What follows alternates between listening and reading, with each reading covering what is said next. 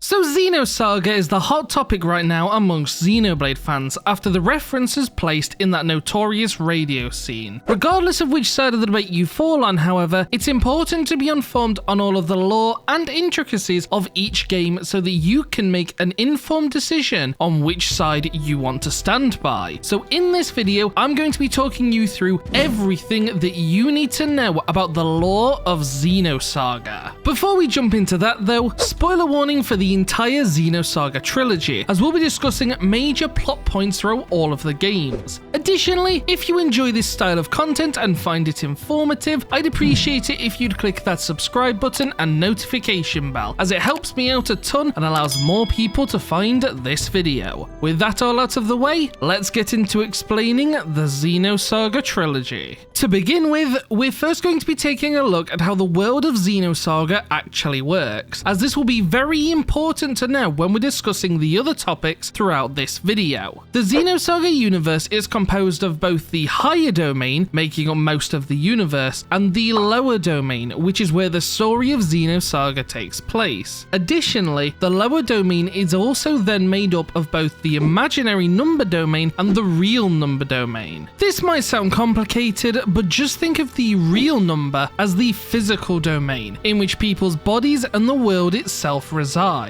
whereas the imaginary number is akin to a spiritual domain, containing each and every being's consciousness. Each one of these domains makes up half of the lower domain, and both rely on one another, as one cannot exist without the other. Within the imaginary number domain exists the collective unconscious, which is an amalgamation of the deceased's consciousnesses and wills. When a person dies, their body, which acts like an anchor within the real number domain, begins to break down and rot like normal, whereas their soul or consciousness, now unbound from the physical world, is absorbed into the collective unconscious. By utilizing this natural phenomenon, however, Wilhelm and an extension Vector were able to manufacture the UMN, and I don't mean the Discord server. Think of the UMN as a universal-wide Wi-Fi connection that people throughout the galaxy can connect to, allowing them to communicate over vast distances, power their spaceships and machinery, as well as even use it to transport non-living matter from one point in space to another. This concept has since been implemented into Xenoblade, but it works slightly differently. Stored within Origin are the consciousnesses of every living person within Ionios, creating what can be considered a collective unconscious, meaning the Origin is the equivalent of the imaginary number domain. In addition, due to the true nature of Mobius being a concept given shape through this collective unconscious, Zed cannot leave the grounds of Origin, as he only technically exists within this space, the other Mobius being his body or avatar in the real physical world. An interesting application of this idea. The imaginary number domain and extension, the collective unconscious, is also responsible for creating the gnosis. When a person dies, there is a brief period of time before one is absorbed into the collective unconscious, and during this time period, if a person's fear of this process exceeds a certain level, they can reject merging with the collective unconscious and transform into a gnosis. Additionally, any person who is touched by a gnosis will eventually transform into one themselves, with the only exception being Shion because she has plot armor, but in all of the circumstances, one will transform eventually, shown through Sharenkov in episode 1. A gnosis's biggest asset is its invulnerability, as its real form only exists within the imaginary number domain, resulting in them being immune to all weapons which only affect the real number. Consequently, the only way to truly damage and kill the gnosis is by using the Hilbert effect, which draws their true selves into the real number domain, allowing them to now take damage from standardized weapons. The gnosis can also be considered as a sign that the universe's destruction is imminent. When the imaginary number domain begins to reach capacity, it starts to collapse and gnosis begin flooding over into the real number domain. This causes the entirety of the lower domain to deteriorate, which in tandem then affects the higher domain and causes the destruction of the entire universe. Even so, whilst the gnosis may be akin to wild animals, showing minimal levels of intelligence, they are in fact working towards this goal of destruction for a particular reason. Those that become gnosis in effect reject the natural order and way of the world, refusing to play the part they're given, and so to escape their fate of following the path that has been laid out before them, they instead instinctively attempt to destroy everything that they rejected. Ordinarily, the gnosis would only show up in the vicinity of the Zohar or its emulators, but through the influence of the Song of Nephilim, it is made possible for gnosis to show up elsewhere. Unlike what the name implies, the Song of Nephilim is actually psychic in nature, instead of being audible, and is an incomplete transcription of Lemmageddon, which I'll explain momentarily.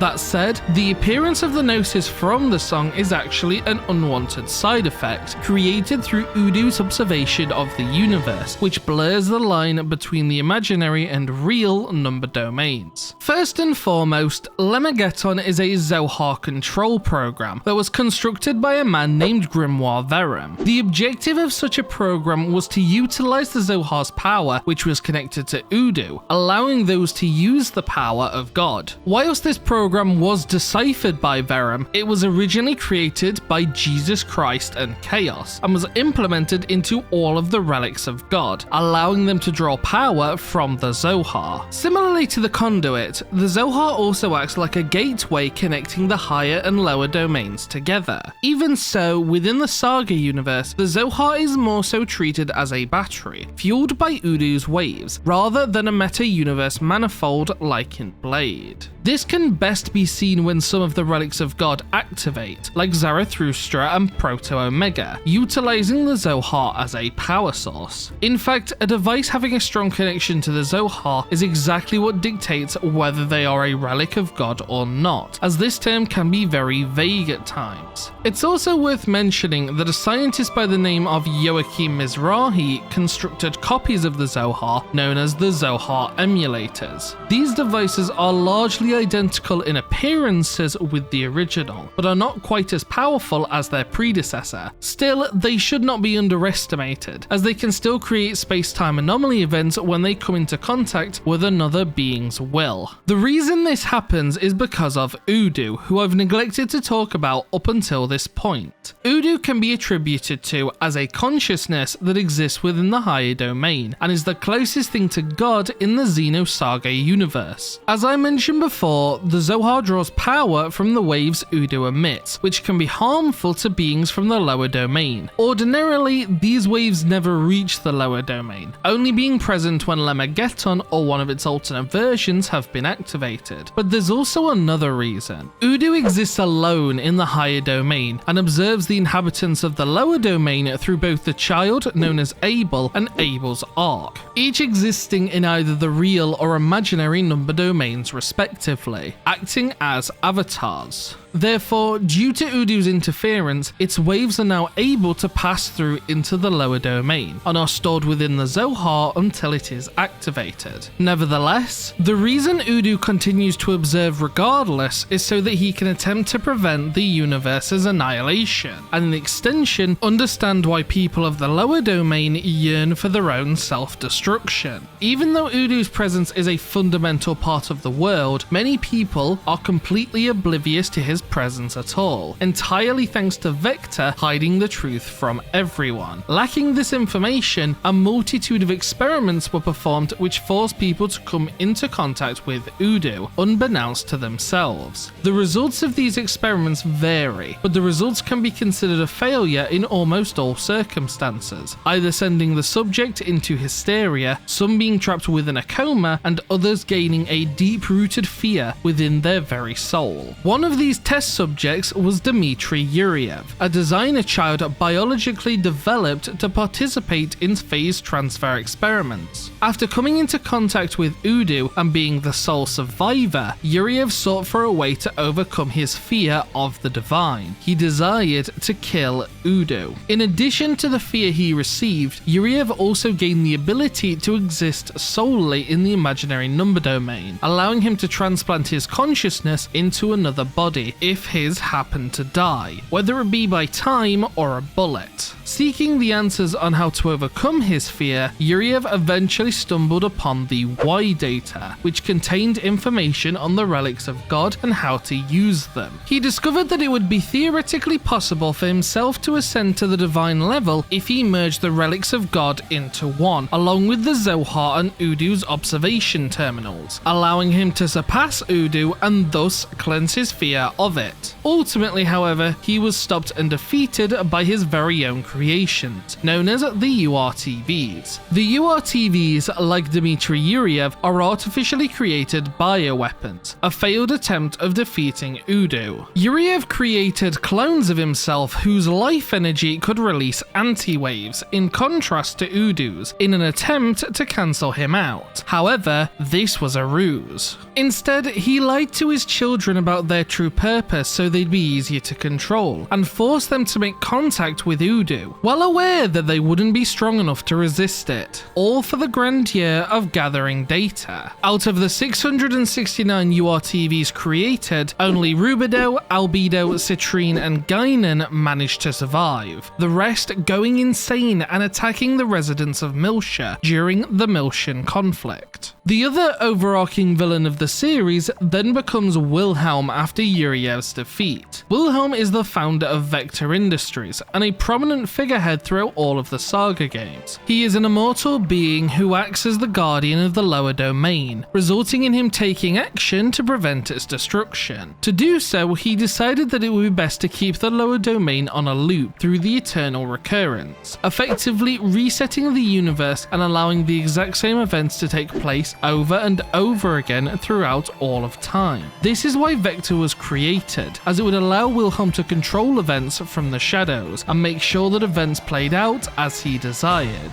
To aid himself in this endeavor, he also created the Testaments. You can think of them similarly to your run-of-the-mill Mobius like Dirk or Yoren. The Testaments are people whose physical bodies have perished and have access to what is called a Shining Will, an active ability to access the power of Anima. That said, whilst Wilhelm and the Testaments are considered the antagonists of the series, they are not inherently evil. For instance, Wilhelm on multiple occasions has prevented calamities from destroying the universe, like when he sealed Lost Jerusalem away by shrinking it to Planck scale, after a space-time anomaly event took place there. It's important to emphasize, however, that the eternal recurrence isn't perfect, and the addition of small changes through each timeline can eventually lead to a new outcome, resulting in the end of Ep.III, where the eternal recurrence is instead avoided. Lastly, that brings us on to the final topic of today's video, where I'll be discussing the power of Anima. You may have noticed me mention this power multiple times throughout this video, as in terms of the Xenosaga plot, it tends to seep into every aspect. The power of Anima is actually Chaos's power, and was designed as a failsafe for the universe. If the lower domain was to collapse due to the Gnosis threat, Chaos is supposed to resonate with the Zohar and destroy the entirety of the lower domain, sparing the higher domain and the rest of the universe. During the ancient Lost Jerusalem era, around the time when Jesus Christ was alive, the power of Anima was split into 12 different pieces, which were then dubbed as the Vessels of Anima. Individually, these items acted like a power source and gave their wielders access to the power of Anima, but it was only when they were made whole once again that their true power could be unleashed. Aside from being placed in the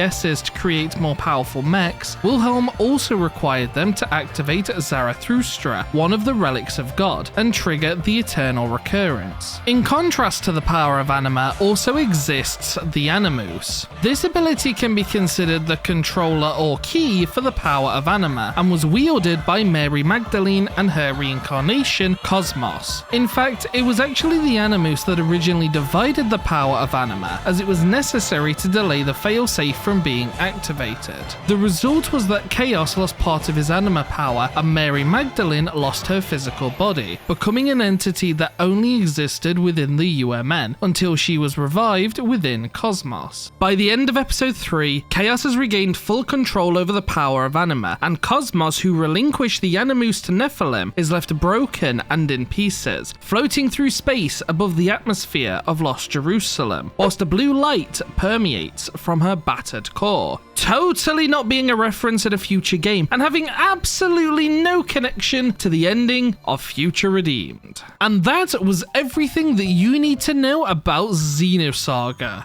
Or all of the important lore anyway. If you've enjoyed this video and now understand the world of Xenosaga that little bit better, I'd appreciate it if you'd click that subscribe button and notification bell once more, as it helps me out a ton with getting these videos in front of the people who need to see it. Also, we've just hit 5,000 subs, so thank you to everyone who has clicked that red button so far. And if you're one of the 90% of people who watch my videos and hasn't clicked it yet, make this the one that you do. I appreciate you all for watching though, and hope to catch you in the next one. This is JB, signing off.